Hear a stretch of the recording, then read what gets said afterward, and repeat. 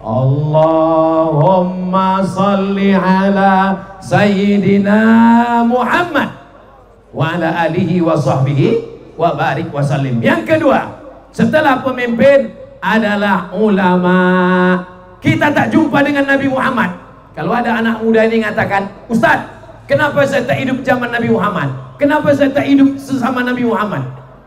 Kalau kau hidup zaman Nabi Muhammad, mungkin kau tak hidup, mungkin kau tak ikut Nabi, kau ikut Abu Jahal, ikut Abu Lahab. Kita ditakdirkan Allah hidup tahun 2023, 2024 ini, itu karena rahmat Allah, karena godaan dulu juga luar biasa. Mengikut kafir Quraisy, mengikut Yahudi, mengikut orang yang sesat, mengikut orang yang jahat. Hari ini ada di Belawan ini orang yang pernah jumpa Nabi. Kalau ada yang ngaku jumpa Nabi, dua tuh, Nabi Ngal sama Nabi Rong. Ada di sini orang yang pernah jumpa dengan Nabi Muhammad dalam keadaan jaga. Kita hari ini tak jumpa dengan Nabi, tapi kita jumpa dengan pewaris para Nabi. Al-ulama warasatul. Banyak orang yang takut anaknya sekolah agama. Jangan masukkan anak ke pesantren. Kenapa? Nanti anaknya kurus macam Ustaz Somad. Jangan masukkan anak ke pesantren. Ini alumni pesantren, gemuk-gemuk, sehat-sehat, hidup-hidup sampai sekarang. Jangan sampai takut anak sekolah agama. Berapa pelajaran agama kalau di sekolah umum? Fisika, kimia, biologi, matematika, bahasa Inggris, bahasa Indonesia. Pelajaran agama sekali bu, sekali pak. Apa yang kita harapkan? Masukkan anak ke sekolah agama. Syukur-syukur pondok pesantren. Yang punya tanah, serahkan ke Ustadz Amhar. Yang ada punya tanah, serahkan ke Ustadz Zulfikar. Yang punya tanah, serahkan ke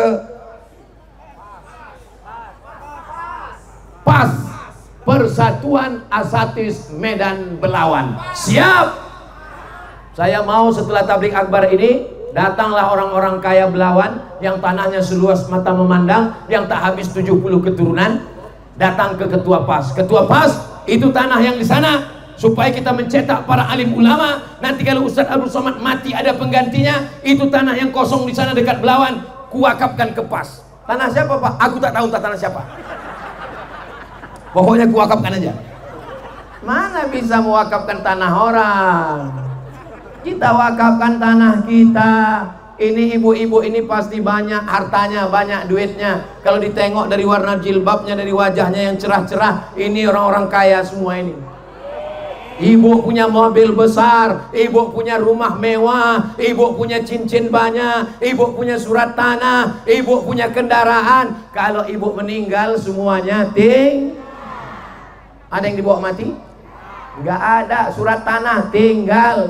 Ada orang Belawan mati bawa surat tanah? Enggak ada. Ada orang Belawan mati bawa STNK BPKB SIM? Enggak ada. Ada orang Medan mati bawa kartu ATM? Tidak ada. Semuanya akan tinggal. Tapi kalau ada anak yatim yang kita sekolahkan, tetangga kita 40 rumah ke depan, 40 rumah ke belakang, 40 rumah ke kanan, 40 rumah ke kiri, kita akan ditanya, latus alunna yauma idzin anin.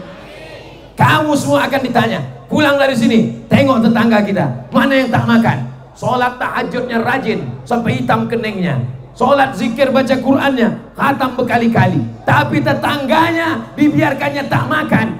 La yabitu sab'anan. Jangan sampai tidur dalam keadaan perut kenyang. Wajaruhu ila jambihi ja'i'un. Tetangga dalam kelaparan. Mudah-mudahan semua dosa kita diampunkan Allah SWT. Astaghfirullah Rabbal baraya. Astaghfirullah minal khataya. Rabbi zidni ilman nafi'a wa wafiqni amalan salihah. Ya Rasulullah salamun alaik ya rafi'a syah. atfatan ya jiratal alami ya uhailal judi wal karami ya uhailal judi wal karami. Mudah-mudahan yang selama ini bingung, kami banyak dosa Pak Ustaz, kami minum khamar Pak Ustaz, kami pakai sabu Pak Ustaz, kami pakai narkoba Pak Ustaz, inilah masanya bertaubat. Mudah-mudahan taubatnya diterima Allah Subhanahu wa taala. Yang bangga dengan hartanya, harta akan tinggal. Yang bangga dengan kuasanya, kuasa akan melayang. Yang bangga dengan anak istrinya. Kalau bapak ini meninggal, ibu mau ikut? Kurang keras. Kalau bapak ini meninggal, ibu mau ikut? Jelas Pak. Pak Ustadz nih, ibu ini aja yang ditanyanya kami. Sekarang kutanya pula bapak. Kalau ibu ini meninggal, ibu mau ikut? Bapak? Orang ini ketakutan semua. Itulah bersyukurnya kalau suami anggota Persatuan Takut Bini. Pas ditanya, mau ikut? Mau, kata dia. Saudaraku yang dimuliakan Allah Subhanahu wa taala, kalau anak-anak kita didik agama, walaupun dia tidak ustadz, tapi paling tidak tahu dia membacakan telinga kita sebelah kanan, la ilaha. Ditengoknya ayahnya sakit di ruang ICU, sakratul maut, dibisikkannya tengah kanan, la ilaha illallah. Itu kalau anak sekolah agama. Tapi kalau anak tak pernah belajar agama, apa dibisikkannya telinga? Mana surat tanah? Hari ini ibu boleh ketawa, hari ini bapak boleh tersenyum, tapi apa yang kucakapkan di atas pentas di Belawan ini menjadi saksi para asatis kita semua. Yang saya katakan ini bisa apa tidak terjadi?